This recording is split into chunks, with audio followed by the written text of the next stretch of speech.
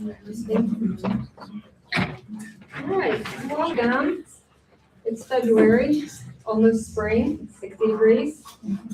Yay. Let's go ahead and start with our student of the month, and we will do the Early Learning Center.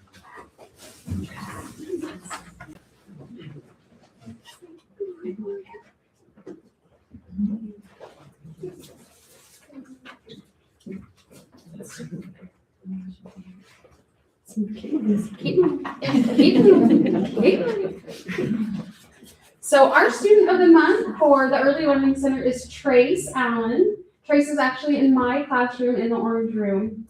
Trace is a great example of contributing to the classroom in positive ways. He is a very caring and protective young man. He's very caring and protective of his friends. And he often will come and advocate for his friends if he feels like they might need help with something, or if he feels like they might be having a bad day. He really watches out for everyone in our classroom. He loves to help in the classroom, and if you give him a job, you know that he's going to do his best, and he takes great pride in doing his best. So Trace is just a wonderful friend to have in our classroom. I'm very grateful that I have him this year. Trace's favorite colors are red and blue, and he said what he loves about school are his teachers and his friends. And he says he wants to be a police officer when he grows up. And what's your favorite food, Trace? Strawberry. Oh, well, okay, strawberries and spaghetti. So Trace is our student of the month. Congratulations, Trace.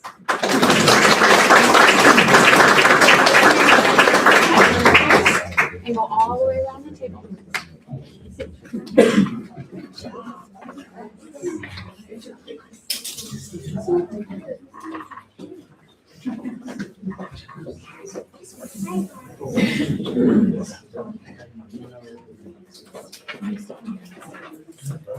And Trace, can you come over here so I can get a picture of you? Keep on going. Go around. Keep on going. Come towards the end.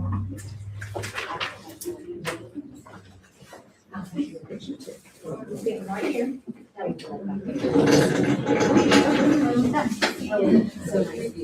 We're going to smile for all these people that want your picture. Right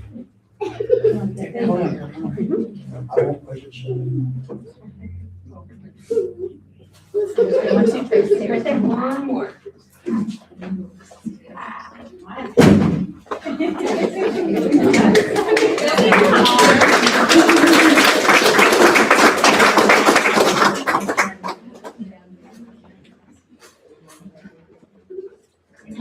Okay, all right, for the elementary this month, we have Miss Harlan up here. She's a kindergartner at Northeastern, and she loves cats, dogs, and bunnies, slime, and playing with animals. She said her favorite things, her favorite food is pizza, pepperoni, her favorite color is pink, and her favorite subject was math. She's in Mrs. V's class, who's in the back. She said, here's what she said, I didn't tell you this part yet. She says she's a hard worker with such a positive attitude. She's always willing to try something new, even if it's hard. She's the first to jump in to help a friend. She is such a great role model for our classroom. Good job, she said.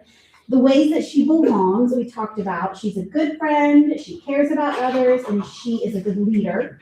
I asked her how she knows that she's growing. She said she eats healthy, especially vegetables. True or false? I see from her. And getting good sleep. And then the way that she contributes to her classroom is that she plugs in iPads sometimes. She's willing to help, and she'll help friends if they're hurt.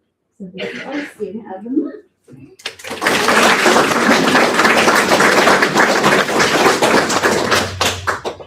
Walk around, give everybody a high five or a fist bump. Just go all the way around. Everybody wants to give a fist bump to you. Here. This way. Good job.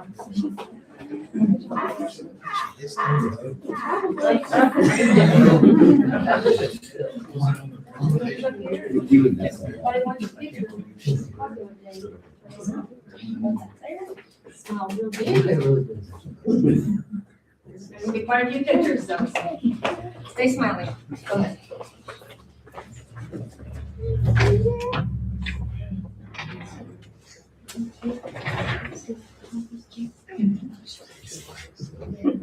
Makes sense though. That's Peter toddlers that, right?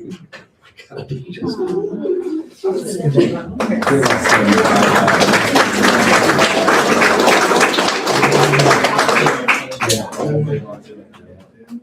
up is number 4. I'm doing this.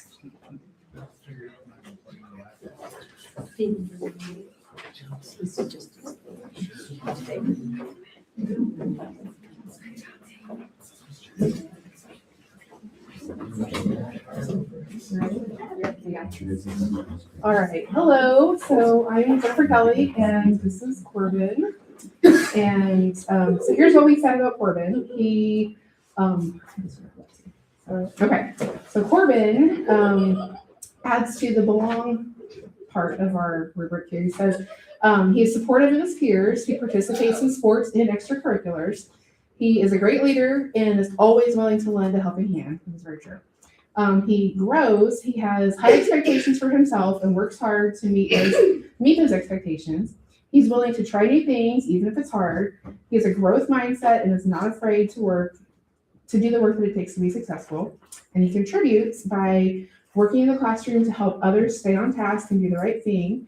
He gives helpful guidance to those who need it. He's not afraid to speak up and try in class. He will volunteer and participate during class. And he works outside of the classroom to support his basketball teammates. So we kind of overall put that together. Corbin brings a consistently positive attitude to the classroom and sets a strong example for others. He supports his peers both academically and personally, always willing to help and lead by example. Corbin actively participates, volunteers, answers, and challenges himself to try new things, even when they're difficult. He holds high expectations for himself and demonstrates a strong growth mindset in the classroom, athletics, and extracurricular activities. And it was unanimous when somebody suggested his name for our student of the month for 7th grade, and we're so proud of him. So congratulations.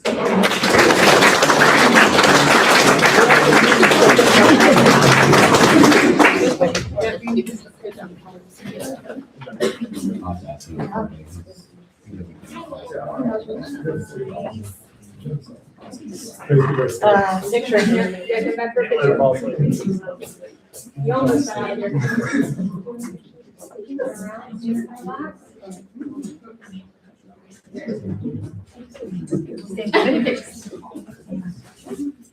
Hold on, Corbin, stay. Oh, you can go first, sorry. I'll even know that.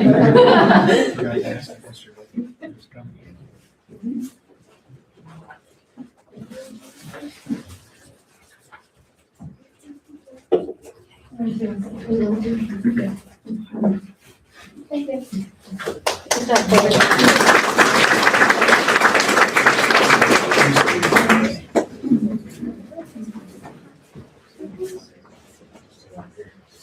Yeah, two. Yes. Okay.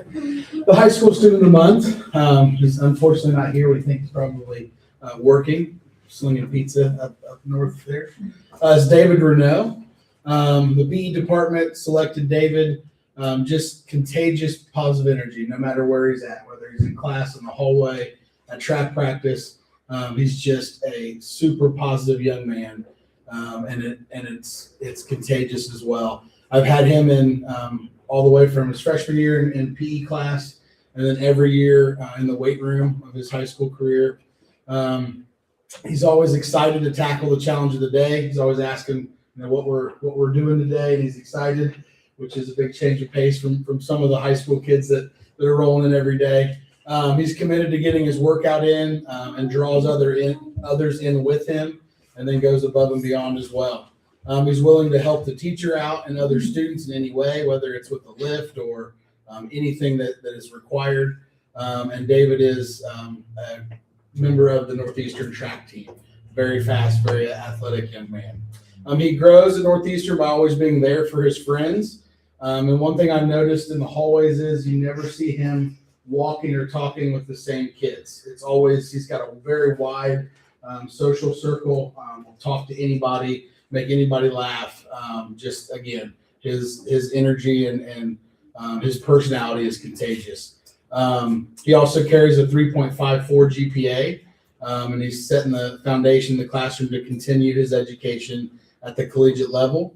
He contributes at Northeastern, just again with his work ethic and has a great sense of humor.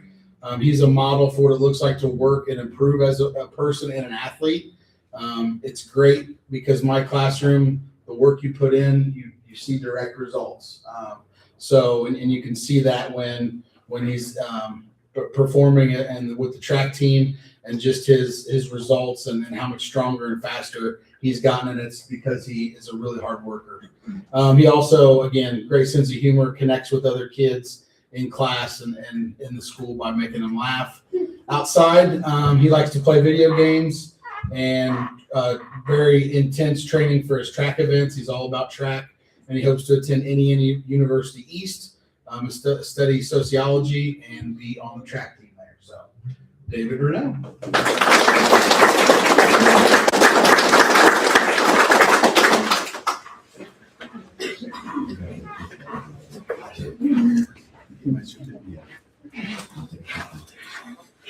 All right.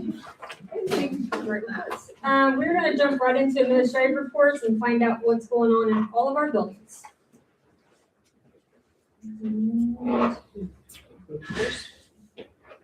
Would be the superintendent. I just want to thank Mr. Hinkie and Mr. Tucker just for their dedication and work during Mr. Smith's leave. The staff has appreciated their communication and for helping things run smoothly. So thank you to them. We celebrated National School Counselor Week.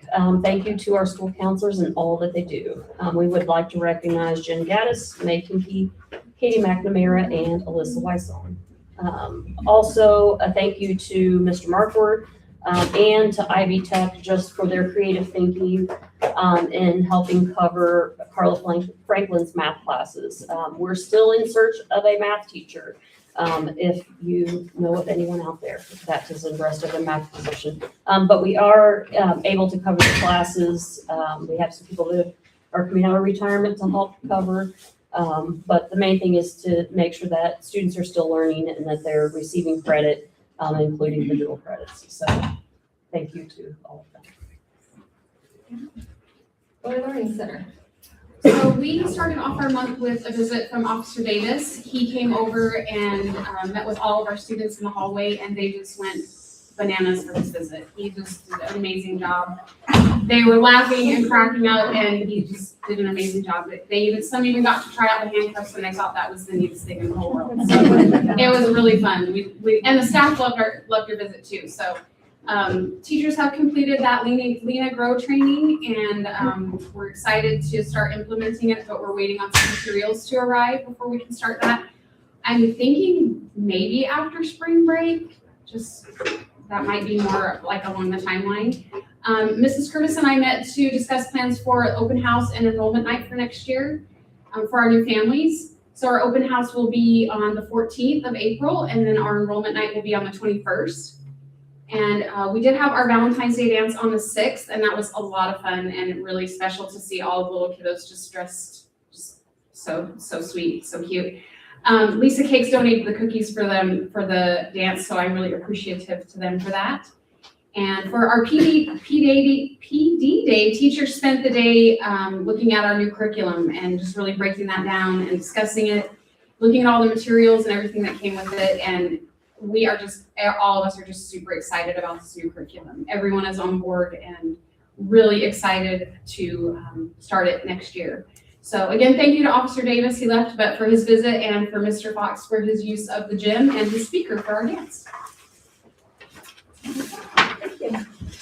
Hard to believe you're planning for next year. I kind of the hero. At the elementary, the big date coming up is next week. We have our makeup program for kindergarten through second grade. It's the 60s groovy theme. So students have been working on that. So shout out also to all of the specials team, because they do kind of shut down and have Mr. Day. They all push into the gym and they work on practicing, a couple more times before the big performance. So that's next Tuesday at the high school. We're excited for that.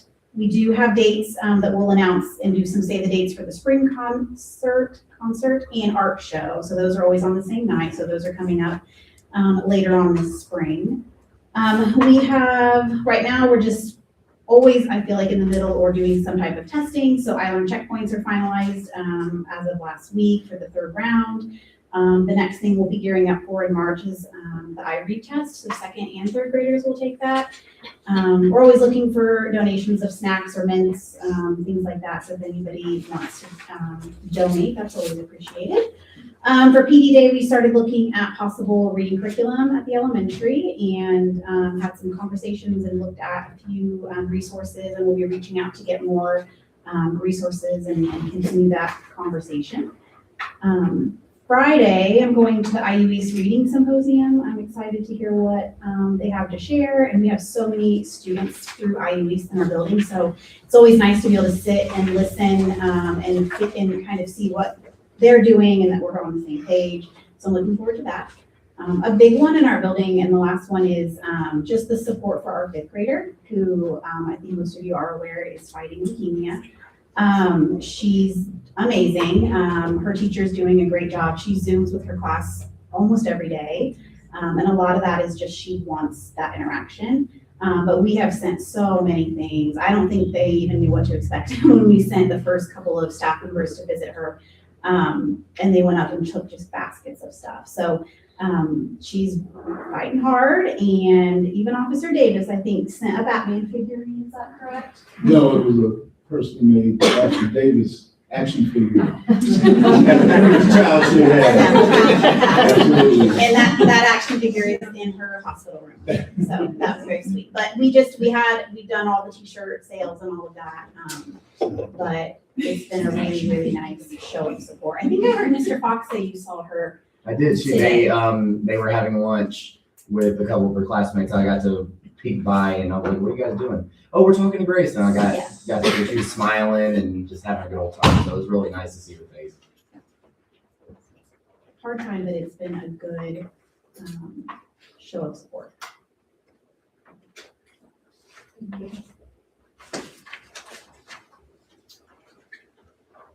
Oh, I'm done. You can have the floor. So I'm going to read for the middle school today as well as the high school. On Thursday, February 12th, 28 Northeastern middle school students were inducted into the National Junior Honor Society. It now is up to 37 members, former members, and 2023 NHS graduated video congratulatory message due to being out of town on the IU East track team. Friday's PD was very productive as teachers continued MTSS training and started planning for next year. On Wednesday, February 17th, a group consisting of 2 teachers, an assistant principal, and the principal of Franklin County Middle School will visit Northeastern Middle School to see MTSS in action, visit with Dr. Scales and others. Today we had Reed Health Clinic here. Today's topic, things physicians do and the different types of physicians. Reed does that once a month for the first Wednesdays for high school, and then the second Wednesday is, I think the second Wednesday is for the middle school as well. And also a shout out to Miss Deb Highway and CIS Haley Dingworth for bringing Valentine cheer to the building last week. So that's from Mr. Hinkey. High school, thanks to the board for allowing Mrs. Cox to attend the Indiana School Safety Conference.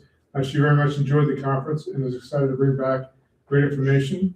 We will have FFA week coming up February 23rd. FFA will be bringing back Drive Your Tractor to School Day. They will also be closing out the week with a battle of the buckle at the high school and middle school. So we're looking forward to that. Our academic team meets have started up and are in full swing.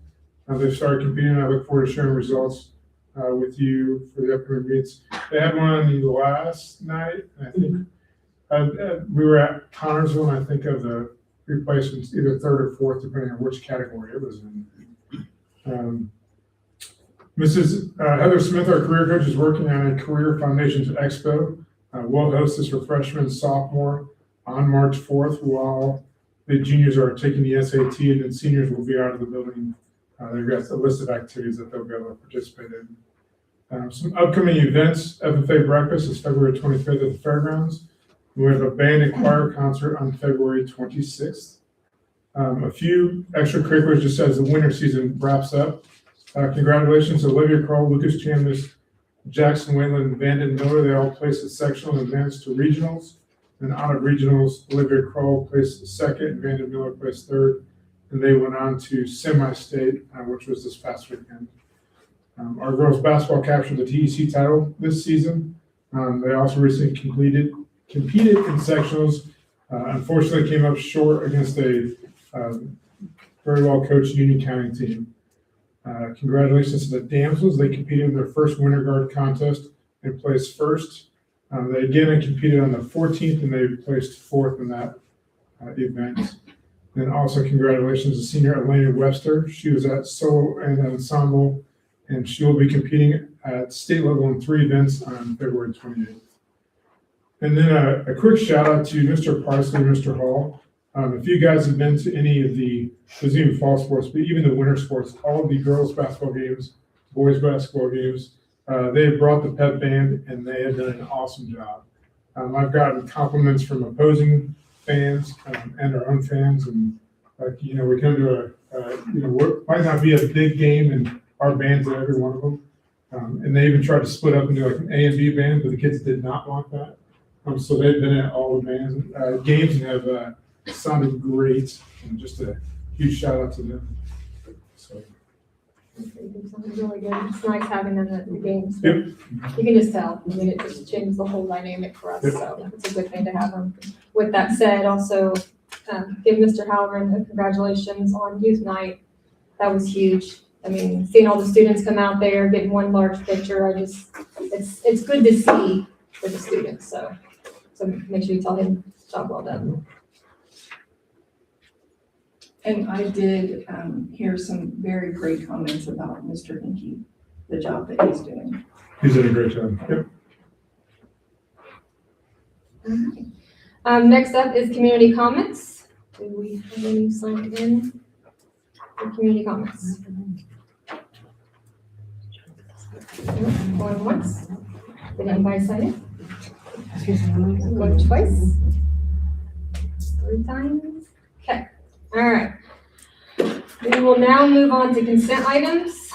So, looking at our consent items, we have everything in there.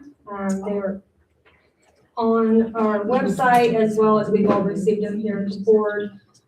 It'd be the approval and signing of regular board meeting on January 21st, executive board meeting on January 21st, approval of claims. We will also approve fundraisers. I got all kinds of fundraisers. Looking for Chipotle night. We also have field trips in there, along with new hires, resignations, transfers, all personnel items. So it looks like we have quite a few things in our consent. So any questions on any of that? Any discussion? I make a motion to approve all consent items. I'll second. Motion made by Ms. Claypool to approve all consent items, seconded by Ms. Bartram. All in favor? 5-0.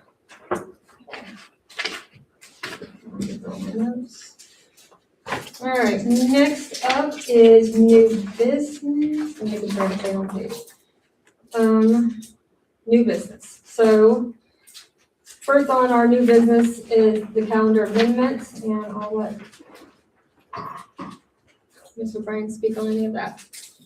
I've shared all the comments with you from staff, so the recommendation from the board is to use President's Day, Martin Luther King Day, and the Friday before spring break as snow makeup days.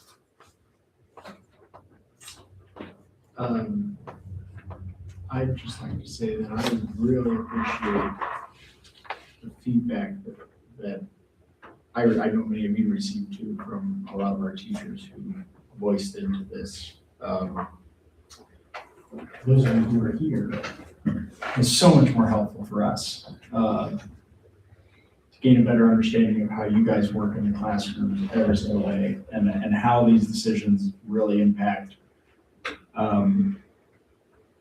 day to day, that and some other things that we have on the schedule today. So thank you for voicing in. We really do appreciate that, and we do listen to that. So I just wanted to make that comment. So my comment, kind of going from that, I've spoken to quite a few of the teachers. And last month, when we talked about this and even kind of some text here and there back and forth, my opinion was, I'm gonna defer to the admin, you know, kind of thing, but I've talked to so many people and I have switched. So I want to vote to no tonight on amending the calendar. So I would echo what Mr. Van Dyne said. I think we've all received many emails, but it's also not just from teachers. I've received many emails and phone calls from parents as well. So I think that should be also introduced, that it's not just teachers that we're hearing from too. So, but I think it's great that everybody's taking an interest and are speaking up for what they want. So with that said, do we have a motion? How would you guys like to move forward? I also want to just speak on that a minute, because I guess I didn't realize how much Martin Luther King Day, President's Day, and that other day are used. So with that, I feel like I would vote no to amend this also now. I think I thought at first it was okay, but I didn't realize how much it was. How important those How days were important those to. days were to the teachers and the students in this part. So I have to change my vote to no also. So we never took a vote originally or Okay. decision on it, so it Right. has to be voted on, it has to Right. be, like, this is just a discussion. Yes, I'm just saying what my vote's gonna be Right, so ahead I of mean, if time. anybody makes it, you know, I'm not gonna make a motion. right, because I'm gonna say right, no. that's what I think, and you could, I think from the conversations I have had with staff, I think they would like a little more understanding of the thought process behind it and why we're considering using snow makeup days. Because I think the initial reaction is like, are they doing something wrong, you know, on e-learning days? And if, you know, if that's the case, can we have time to relook at not only our expectations, but the expectations for parents? So I think that was part of the conversation that we had.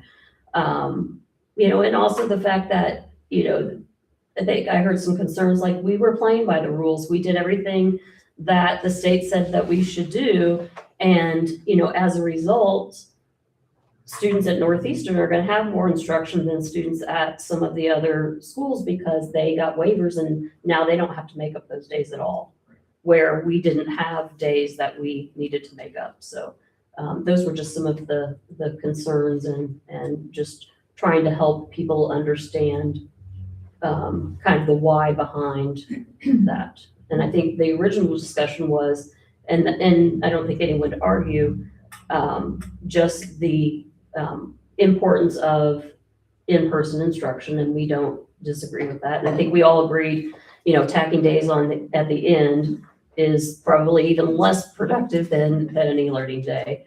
But also, I think the conversation was the feedback that we hear from parents and kind of the burden that it puts on, I think, not just parents, grandparents and things to conduct those e-learning days. So there were lots of, I think, different thoughts that went into those conversations. Yeah, because there's a lot of them that they don't wanna lose those days off. You know, I heard that a lot, that they don't wanna lose those days off.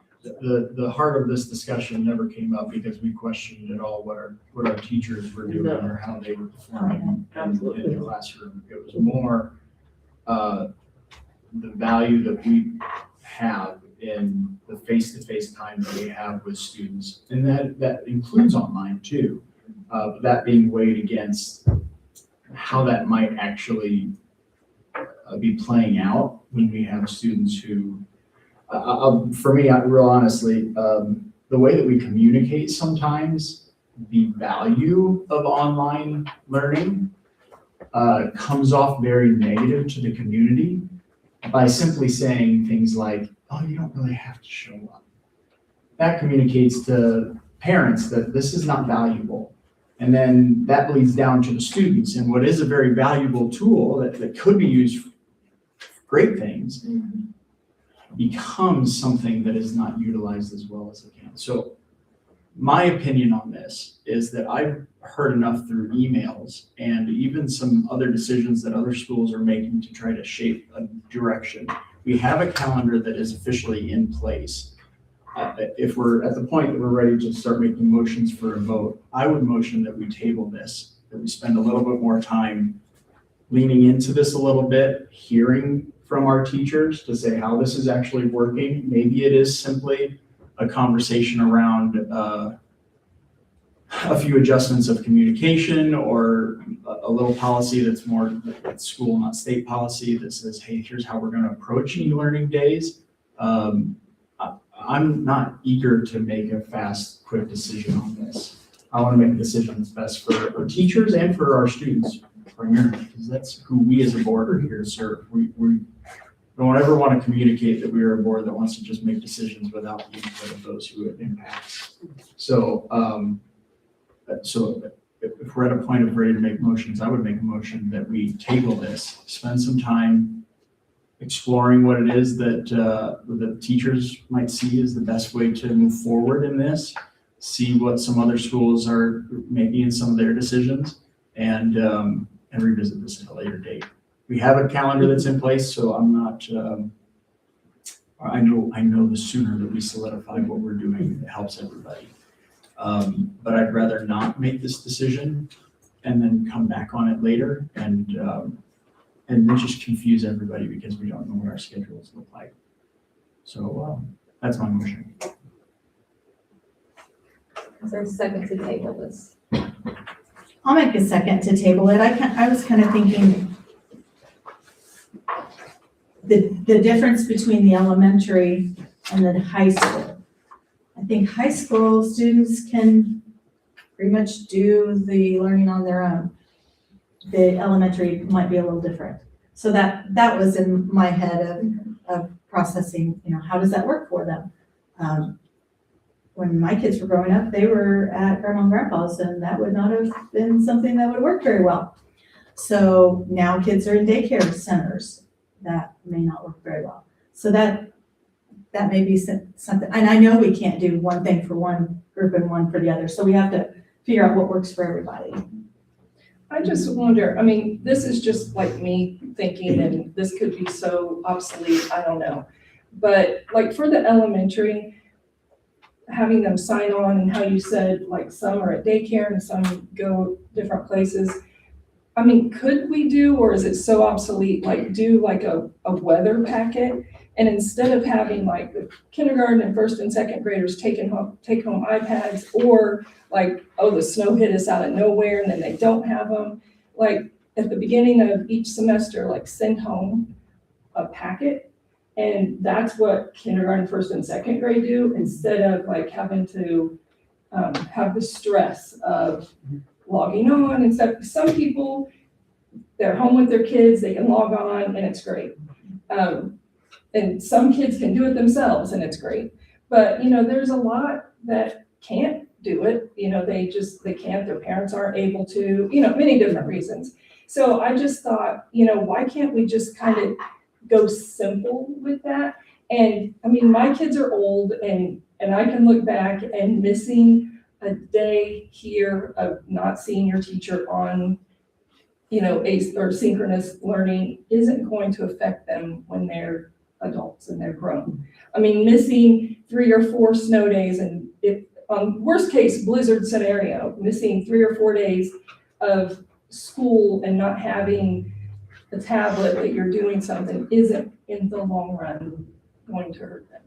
So I we, think, Jen, you. yeah, so we cannot do that Okay. and have it legally count. So it's in Indiana code Okay. that at least 50% of their instructional day. So for example, for elementary, it's 5 hours. So at least 2.5 hours of their instructional day have to be synchronous live instruction. But what about when we have the asynchronous? That's the difference between the two. That when we have the State allows us asynchronous, so we're only allowed 3 asynchronous a year. Okay. So we So can do this- that, we can do that 3 times, Okay. but So anything, those snow days when it's like out of nowhere, And it has to be synchronous, like It that has. to happen. Now, I don't know who's in the audience, Mrs. Oler could log in and she's providing live instruction. She may not have anybody join, but we're still offering that live instruction. So maybe that's where it kind of comes from, like, because you made a comment, like saying you don't have to be there.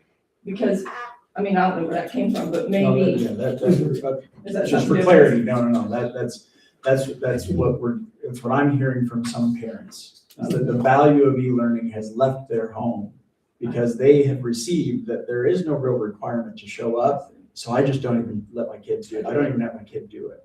And it's not parents who don't have internet capabilities. They're just not trying. And that means a kid misses out on what is valuable face-to-face time through a device with their teacher because their parents don't even try. Yeah, so if there's kids who their parents can't, or there's a reason, it is okay that they don't, I You have guess, 5 but you days to can't. make up, Yeah. correct me if I'm wrong, 5 days to complete the work that is assigned in an asynchronous day. Because there are students that do not have internet, and so, Right. that was predated, that was, back in COVID. Like, you can't penalize students that don't have internet, and so then you have to allow the 5 days for the assignments. So, we had a meeting this afternoon, with the association and talked about this.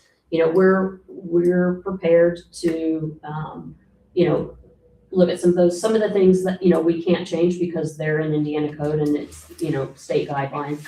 But there are things that we can work on to, revamp our communication. I think one of the things I looked at today, we really haven't, the district hasn't conducted a survey on who has internet and who doesn't really since COVID. And so, I think that's something that we need to look at again, especially as we kind of re-emphasize the expectations with parents, like, this is important.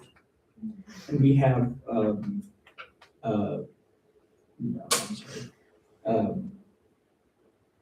the data that you had shared with us about the actual participation.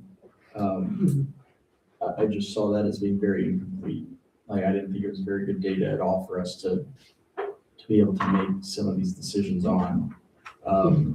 So I'd love for us to see, can we get a real good picture on the next synchronous learning day of who's showing up? Of the actual like how many participation, students are actually showing up at each grade level in each classroom, and how many teachers is that's available? Because I know in our asynchronous, we use training opportunities for teachers. And so if there's one teacher who's showing up and we have 3 students that are, I think it was the unplanned synchronous learning days that had better attendance, where we saw 20 or 25 students showing up than our planned synchronous learning days that had single digit numbers in the attendance. And I honestly don't believe that those are accurate numbers.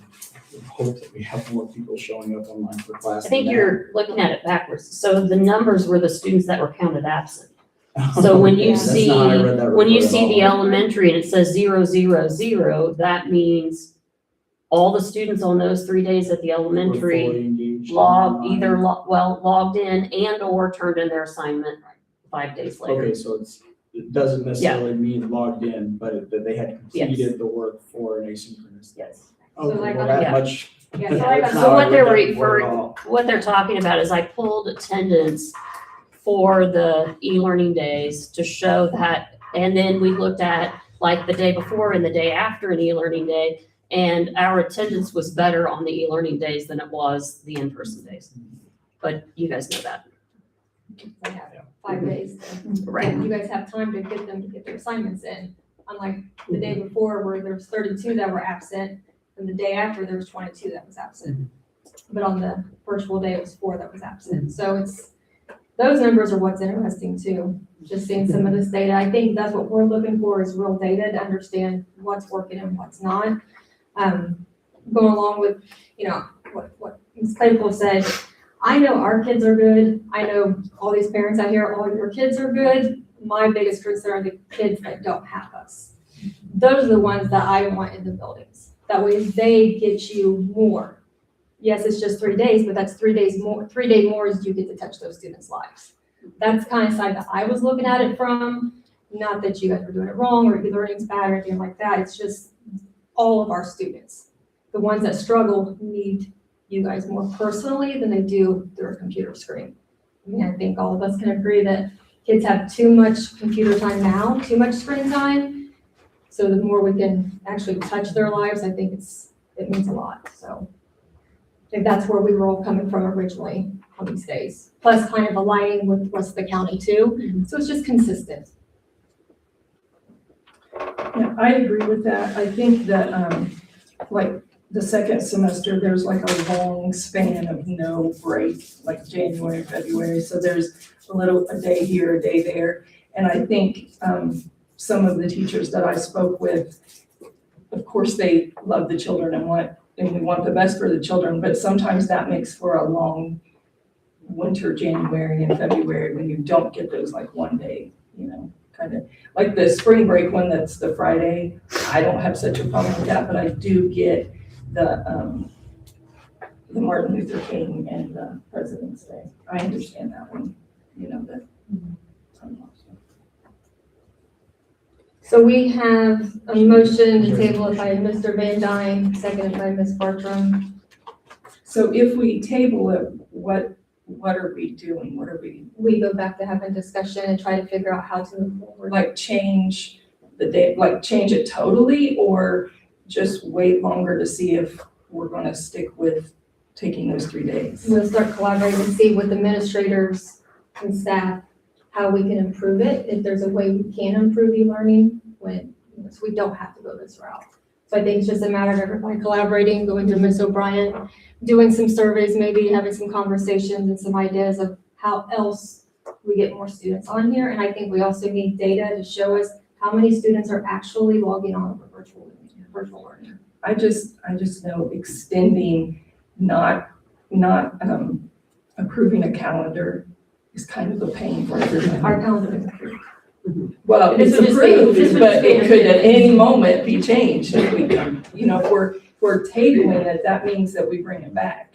And so then people are like, oh, well, are we gonna change it or are we not gonna change it? So it doesn't. If you're still feel like you're in limbo. Right. Well, I feel like we are kind of still in limbo because I feel like we all are, But we're also talking about a year away. yeah, this is second semester of next year. Right. 27. But what I wouldn't want to happen for our staff and for our families is to come back to this decision like in December or January, where people have made plans and then we're changing. So, so maybe it would be a long table. We never entered into this to say, hey, we just feel like this needs to be done a certain way. We entered into this with the heart of let's do what's best for our students and what's best for our whole school corporation. So I just think more research before a decision is made is the best call. We have an approved calendar and we could table this for as long as we want to table it. I mean, I understand that, but it's limbo. It's in limbo. yeah, but there's an approved calendar, so if there's planning that needs to be done, and planning has to be done, then you move forward with it, and then we have to weigh the decision of whether or not the planning that's been done is worth us making a change to the calendar or not, or passing it off to another year. I don't think our heart at all is to ever disrupt the flow of what's happening, so we use Jen to inform us, where are we on this calendar before we say, hey, let's change this. No, I understand that, and I've been in a district that extended approving a calendar time after time after time after time, and it's not good. Yeah. I mean, I'm not saying any of our opinions are bad or whatever, but I've been in a district that has done that, and the teachers, the staff, they don't like it. They're just like, make a decision already, kind of things. Yeah, I don't think we want to drag this on. Right. But I think we want to not make a decision right now with the information that we actually have. At least that's me, that's why I made the motion. Believe it or not, not everybody watches this live on TV. Or, we send out the minutes, and I think what it's saying is just the wording of it, maybe, and how that will come across when you're reading the minutes and you're not here in person. Is that part of your concern, that it feels like it's?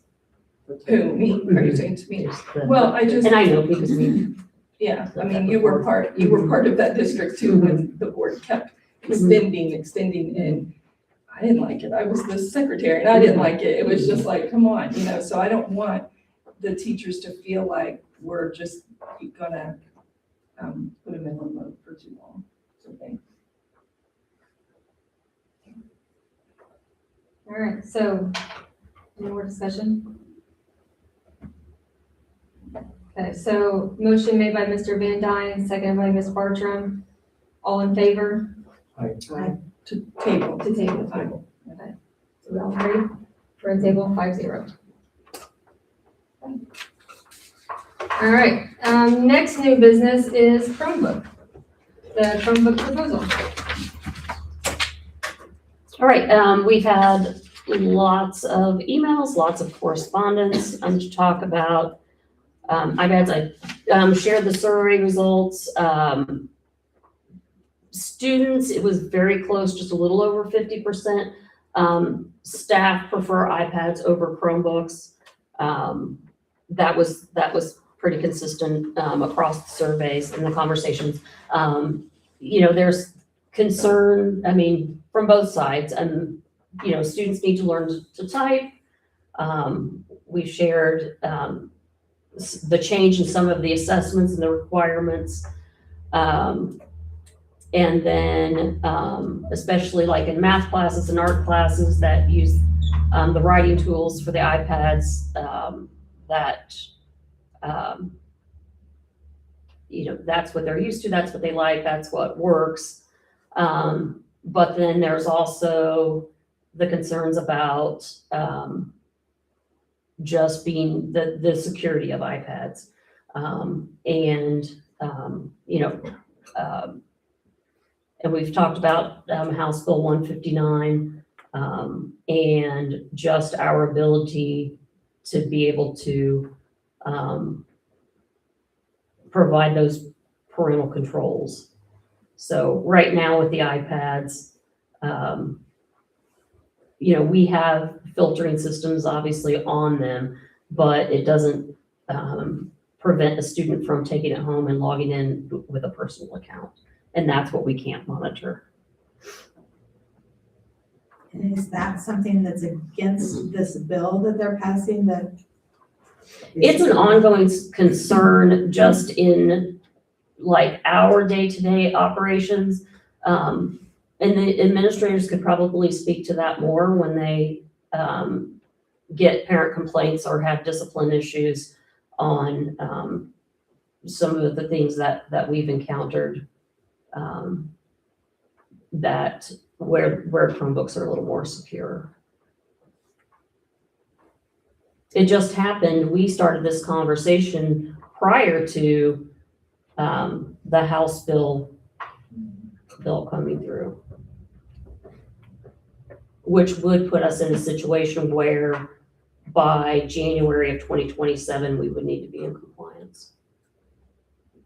So, and I haven't heard today because it's gone twice and it went to the House committee, and I thought it was 8:30 this morning they were supposed to meet, but I've been watching for updates, but I haven't seen anything. Well, I've heard a lot about how they use the iPads and that they like the iPads, but if this is a barrier, is there a choice? If we're not gonna be in compliance, Right. we have to be in compliance, right? I can't imagine though, Apple not making something that would put a school district in compliance. I mean, if this Senate bill really does go through, Apple, there's no way Apple's gonna be like, we're not gonna do it. And so I would have to believe that there would be ways if we, I mean, if we stayed with the iPad, I would have to believe there would be a way. I would be careful with that because, Apple's not making sales off of this. We're buying 4-generation-old Apple products. So they're not and Apple has really, really strict guidelines, especially concerning privacy on devices that they lock the government out of. And they have no problem with it because their sales are fine. If schools were in the position to be buying brand new iPads every single year, then maybe Apple might care. But they're not seeing that hit their line right now, for most school systems. I don't know anything about an iPad details or whatever, but I know there is a way that a parent can go in and set a code on it and set a parental. If it's They your can device. on their own device. Yeah. They can't do it on a school device. Right, like I have that for my daughter has a phone that she can't use. You would think, why So does she have an on- iPhone? On We didn't her pay for it, iPad, that's you why. can't, Her iPad we can because it's ours. On her but the school schools, one, you no, can't set that. I don't have control. Now, that's part of what, We've had parents do that and lock us out, but we Yeah. can't get into them. And you guys can't block them like that. I mean, I can, but I gotta put a password and everything. I've never seen one, but we've had parents that have gone in and put passwords on it and then lock their own kids out of their own academics. And we can't get into it. And I can't get a password to it unless they give it to me. and sometimes that puts the device out of commission because Apple's not gonna go in and say, well, we'll get you that password or reset it up because of their very strict privacy settings. If you set that password on your account and you lose it, well, sorry, that account's just dead. I also saw some comments, asking if the teachers could still use the iPads. Is that something that if you went to the Chromebooks, that they could keep the iPads for use in the classroom? Yeah, they have MacBooks right now. So I think our original conversation is eventually we would like to quit paying Apple and have one platform. But the MacBooks were very expensive. They're new and we're not in a financial position to be able to replace those right now. And so for the time being, we still have to work with Apple. So for the student device, it's more about the security. Yeah. But we can keep teacher iPads for now and MacBooks for now. And we talked about in the last meeting, the possibility of running 2 platforms and pretty sure our IT people said, if we have to, we will. We've done that. And I want to equip teachers with because this is the debate around iPads versus Chrome. iPads give you so much more creative opportunities and there are very fewer limitations in that. But then there are, I see in the high school end where, like we've used this story several times, where a student graduates high school from Northeastern and then says, I don't know how to use a laptop to write a college paper. That's ridiculous. So I think there's something we need to meet there. I'm very much in favor of, because I see the benefit of iPads at the lower to mid elementary level because of the style of learning that's taking place right there. And then the advantages to Chromes at the higher high school level because of the level of writing that's taking place at that level. This is the debate that everybody has to deal with when they make these decisions. It's not apples to apples, it's apples to oranges, and which ones do you want to use? What grade does iPad start going home with students? Kindergarten. I mean, on a daily basis. 6.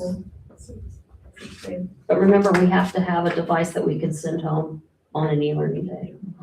I was just curious what the grade was when they take them home every day. Like when they leave school, they go home with them. 6th grade. 6th grade.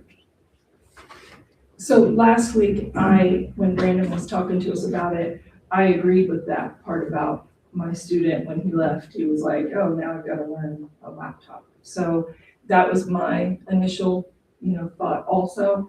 And still kind of is.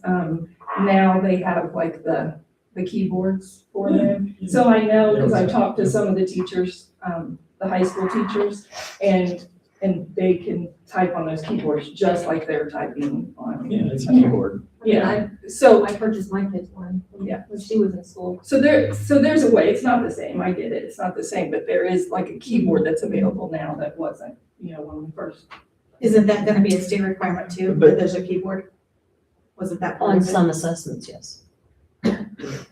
But that's also then an expense I don't think we've calculated, because that's Right. part of it, is in addition to the already more expensive iPad, which we've been paying at this time, we're not talking about just supplying computer rooms with keyboards that students can use when they come into the computer class.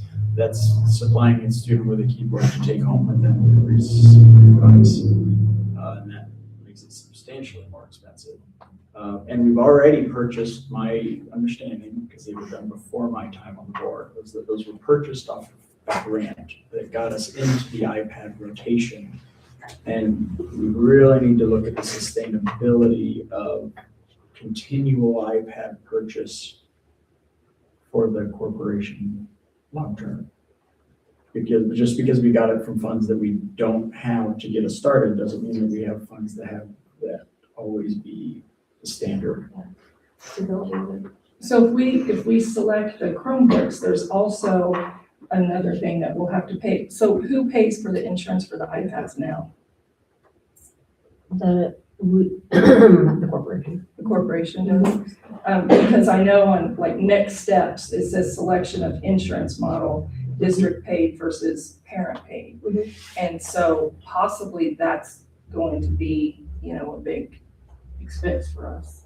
The No, insurance on the Chromebooks. It's attached That's in part of Webex. it. There's two attachments. The other attachment is the quote for the insurance. It's $20 a student. So it looks like we're splitting. The district will pay some and the parents will pay some? We'll be picking up everything. Okay, But all they pay by the school corporation. gotcha.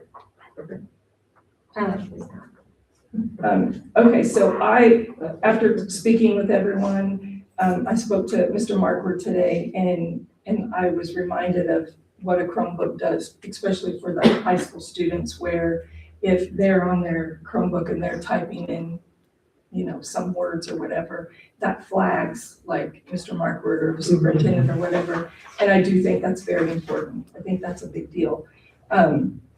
Still, talking to everybody, even the high school, it was majority iPads. If we're gonna ask the teachers, if we're gonna send out a survey and ask them, the majority from K through 12, majority was telling me iPads.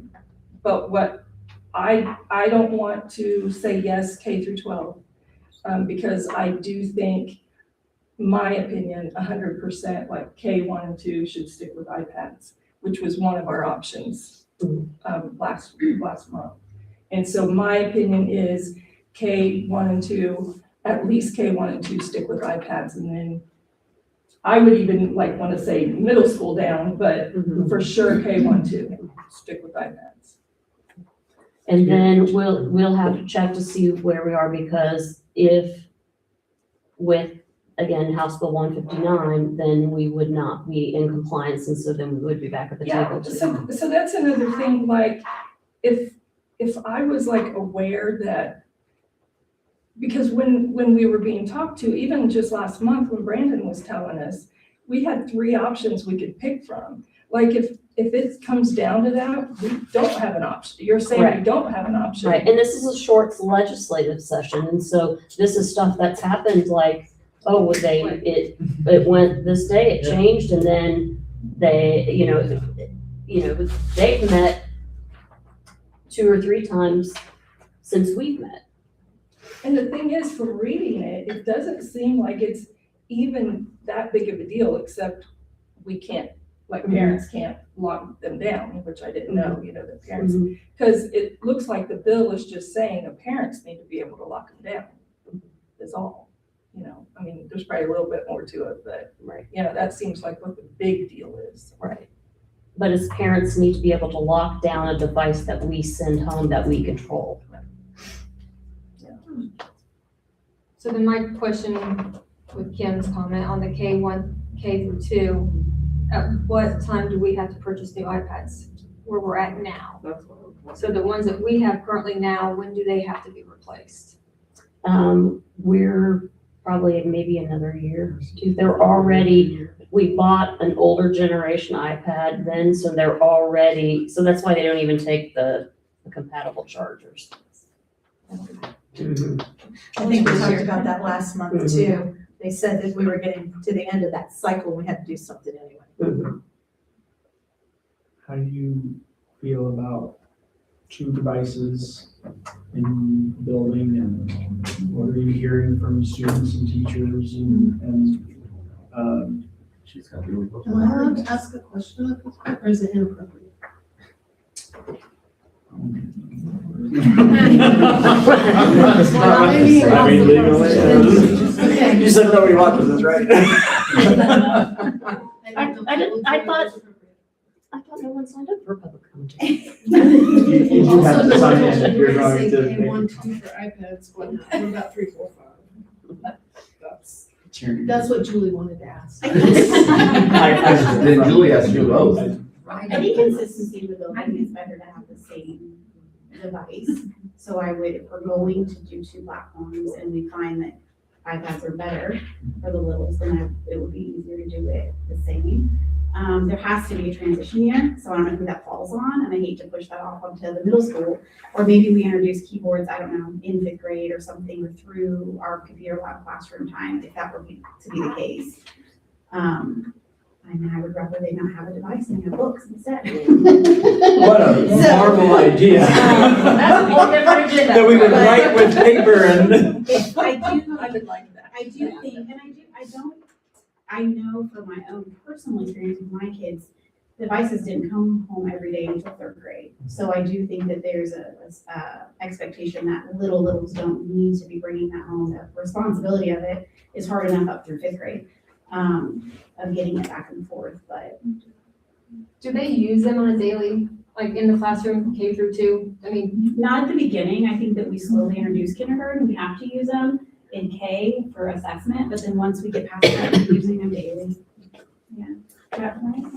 Even kindergarten. Yeah. I mean, are they housed in their rooms too? Is that how, What? is it housed? Are they all Yeah, housed they have in their their room? iPad their card. stands and It's been a while since Sure. I've had elementary kid. That how it works. what about teachers and kids having separate platforms? I definitely see, I've read some correspondence too. I definitely see the benefit of, I'm also just always, I've always been on Apple. It's been long, so that'll be a change for the change. I see the questions that come across are, can I like screenplay? I think that's a big part of it. Can I screenplay like I'm doing now? So that kids can see what I'm seeing, but not only that, can I write on my, because right now we can write on our iPad, and as we're writing on it, it shows up on the screen. So when they're annotating or taking notes, and I know in the upper grades, that happens quite a bit, and then in some of the lower grades too, so that's helpful. So I know that is a question that's come up in our building, is if we held on to one iPad per teacher, they could still do that. Kids aren't really, well, sometimes, but I think teachers having an iPad, if they're going to be holding on to their MacBook, they're kind of married, so they could stay together, I think, potentially. And the state law really only is designated for devices that are going home with kids. So we can run 2 platforms and not have the same security needs for what we have for teachers, because I would trust our teachers to not get into some of the things that. Except for kids the are e-learning working days, you have to send them home, right? No, he's talking what the about, teachers if you use. say if we still Yeah. had some iPad, which we have, I mean, we have a set of brand new iPads at the preschool. And like I said, the teachers have MacBooks, so we'll still be running 2 platforms. And there's no, like, the programming compatibility to have a teacher, I mean, we're doing e-learning via Zoom. Zoom is, it's a web-based platform, so it doesn't matter, but are there other programs that our teachers are using that if we were to switch to students on one platform and teachers on another, that would not work well together? If I know one of the big things is that everybody's trying to move, especially education platforms, to web-based programming, so there are no problems Yeah. from crossing, platforms. So you're saying like if our kids had Chromebooks, but our teachers Teachers have had Apple. iPads? Yeah, is there any I would assume there'd be complications? something that would be complicated about that, but I don't know enough about it to know. Limited schools that had Canvas, you still were the same thing. You were a Canvas on a Chromebook or an iPad. Because Canvas is web-based. Yeah, it's web-based, you can run it either way. I think it'd probably be fine in most of them. There might be a few programs here and there that you'll struggle with, especially if they're more like a tablet-driven program versus a desktop. That'll be your biggest probably conflict. So. We do have the new preschool curriculum. That's one thing that Mrs. Hardy's working on right now is that it won't work with Apple products. So Well, the preschool curriculum will, it's but the, it's the Lean and Grow, Lean and Grow, but that's okay. just 5 weeks. So. yeah, I'm sorry, I'm not familiar with that. What is that? yeah, she spoke about it, but you can tell me. The Lean and Grow, that program that we're doing where we measure the talk between the students. Oh, yeah, yes. That's the one that's Yeah. not compatible with Apple. Okay. But that's just a 5-week program, so Yeah. we're working with David, and that program also says that they'll give us a stipend when we purchase a laptop, a Windows laptop to be able to run that program, so. But our new curriculum it's It's good, okay. So I don't know, I don't know how this will work out. One thing I wouldn't want to do is that we start off with one thing and then the bill goes through and then come January, do we have the money? I don't want to do a swap in the middle of the year. I don't want that. I think that would be really, really hard. And it's probably, if it's going to go through, it's going to be around all those lovely winter months of when e-learning would be. So I definitely, that is, on my mind. I don't want to do a change in the middle of the year. But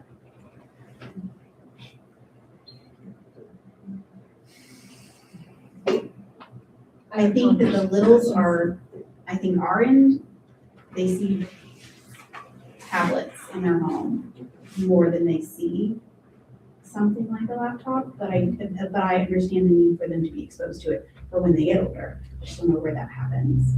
Well, I like your idea of saying maybe in 5th grade, you start introducing them to the keyboard before they go to.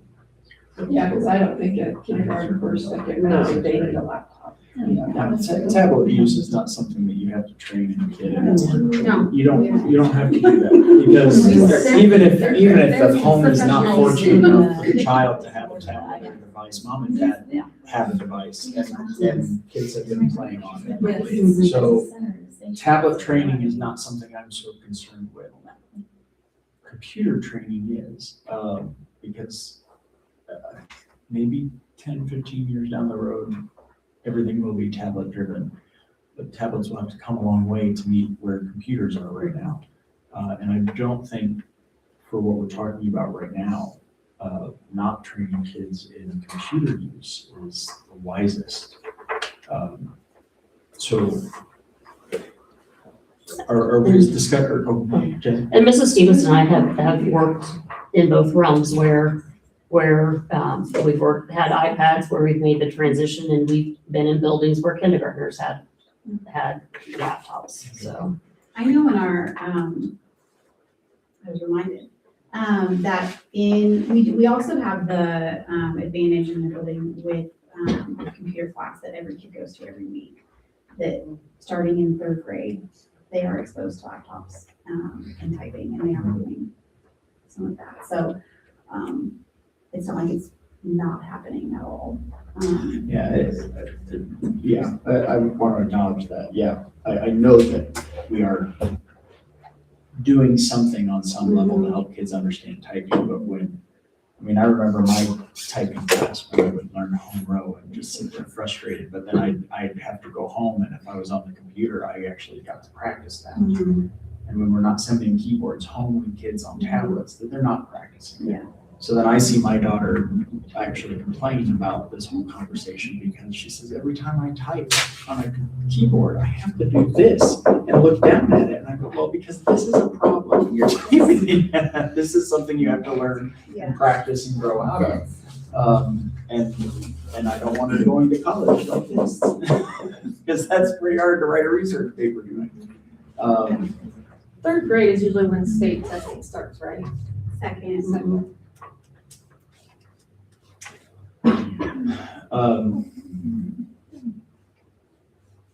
I don't know that I really want to accept this proposal that we have in front of us as it is, only because it outlines some things that I don't think that I'm ready to make the decision on, like staff device unification within a 1 to 3 year timeline. I don't know that we're at a point where we have to make that decision yet. If we have to, I hate to say this, if we have to table this to have it to rework the proposal, to have it reflect, to then approve the proposal. Or you can make a We can do that, motion or we to can- reflect whatever it is that you want to exempt from it. Is discussion to a point that if a motion is made, we can say it's discussed and we can, move forward. But once we make a motion, we're not supposed to, have discussion until that motion is, once it's seconded. So right now the motion is for discussion. So that's just.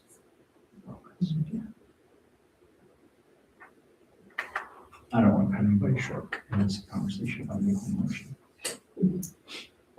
A motion for discussion to continue discussion. Is that what you're saying?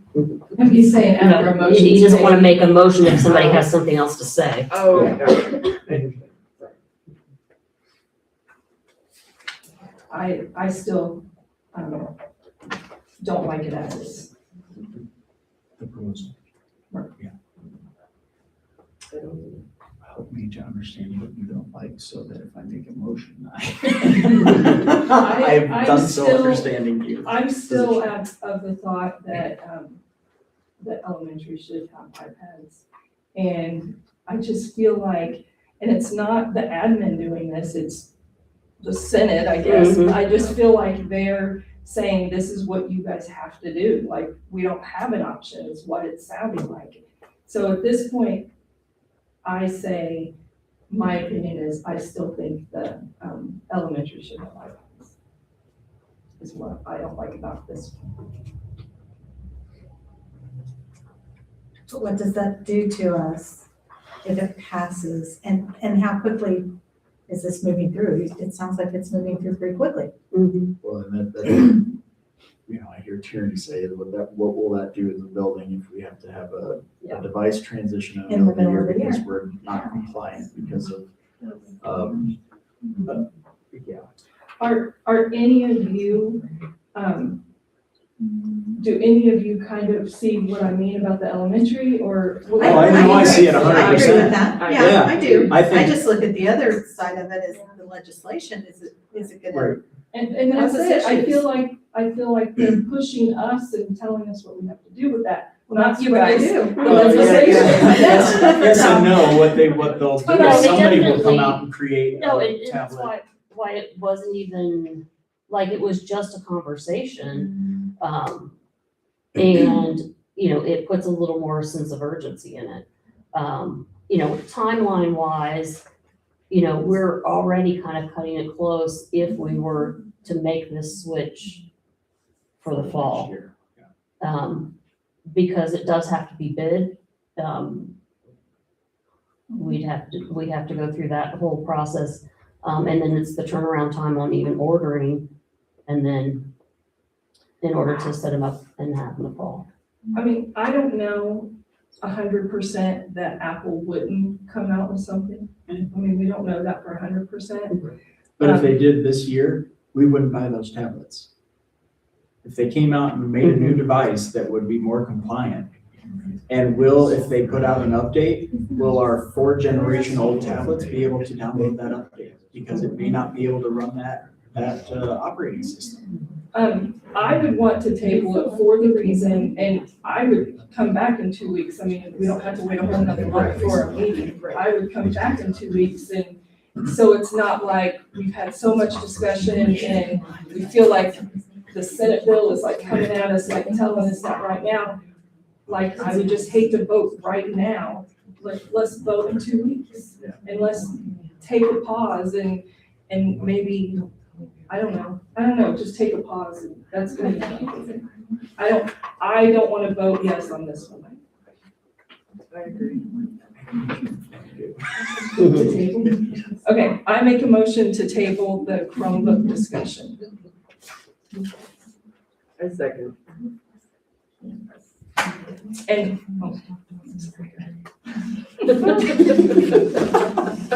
I was just gonna say, and I don't mind to like come back in 2 weeks, like we don't have to wait until March for it. And I think if we're gonna do that, we need to set something in stone now and what we are wanting to see in 2 weeks. We cannot just table and not have a plan for 2 weeks. We just can't say, we'll meet 2 weeks and figure this out. We need to know what we're doing in 2 weeks. Like, so So- we have more questions for IC. We can ask IT to rewrite this proposal to like the changes that we like, so we can just approve it. And what are those proposals? I mean, what are the things that you're wanting to see in the next proposal? I think that's gonna differ a little bit because, I think the reason we're tabling is for hopes that maybe the notice might come up on Jen's computer in the next couple of minutes and tell us that they've made a decision. But I think the I would like to explore the possibility of keeping the devices in the hands of the teachers that the teachers want and use and need to be most effective in the classroom. And to put the devices in the hands of the kids that meet the standard of the state, that are secure, that we can control, so that we are well aware of what security measures and what access that we are actually giving and sending home to kids. So I would lean towards one device. Hearing our administrators' comments of not wanting to have change or anything like that. I'd be Yeah, and if we fine do with 2 more weeks of due diligence and it's not like we just come down tonight and we're making a decision. I think just slow it down a little bit and do what Dan said. Well, I didn't make a motion. It's on the floor. Okay. All right. Motion made by Ms. Claypool to table the calendar, or not calendar, sorry, wrong one. Chromebook proposal, seconded by Ms. Smith. All in favor? 5-0. All right, great conversation. Also kudos to our IT department for continuing to give us all this information, so it's a lot. Next up is policy review and update. We have many. Are there any discussions on any of them? Do we feel we need a second reading, or how do you guys feel about moving forward with all of these? Well, 6 of them are seconded. It's a second reading from last. Correct. You So- can do 3. Can you do 3 readings? Okay, so how do we feel? Do we want, somebody want to I make a think what she's motion? asking is, do you group these together, or do you say, Did you have the you want to second approve the reading? second reading, and then are you approving Because we have. approving the 2 others on the first reading, or do you want to move those to second reading?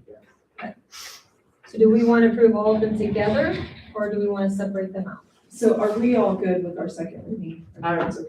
So I make a motion to approve 5600, 5517, 5605, 5610, 5611, and 5771 to continue past second reading and approval. I second. Okay, so motion made by Ms. Claypool to approve 5600 student discipline, 5517 for anti-harassment, 5605 for suspension expulsion, students with disabilities, 5610 suspension expulsion of students, 5611 for due process rights, and 5711 for search and seizure. All in favor? Aye. Second reading, all of those are passed 5-0. The next 2 are first readings. They are the food service program, 8500, and accounting system for capital assets, 7455. Do you guys need a second reading? Do you like a second reading, or how do you guys feel moving forward? I just have a question for clarity on 7455. Okay. Is this an all-new policy? Because I didn't see any highlighted edits to really indicate what changes were, unless the entire policy is just a new policy is written. No, the only change is, the amount has changed.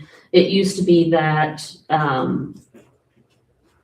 the capitalized items, for the value was 5,000, and the change has moved it to 10.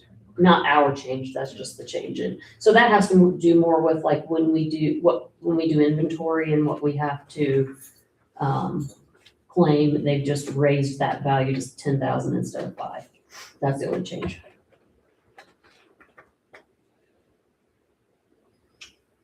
If we're discussion on these two, I wouldn't feel comfortable with a vote on that if everybody else would be that. So I'll make a motion to just approve policy 8,500, 7455. I'll second.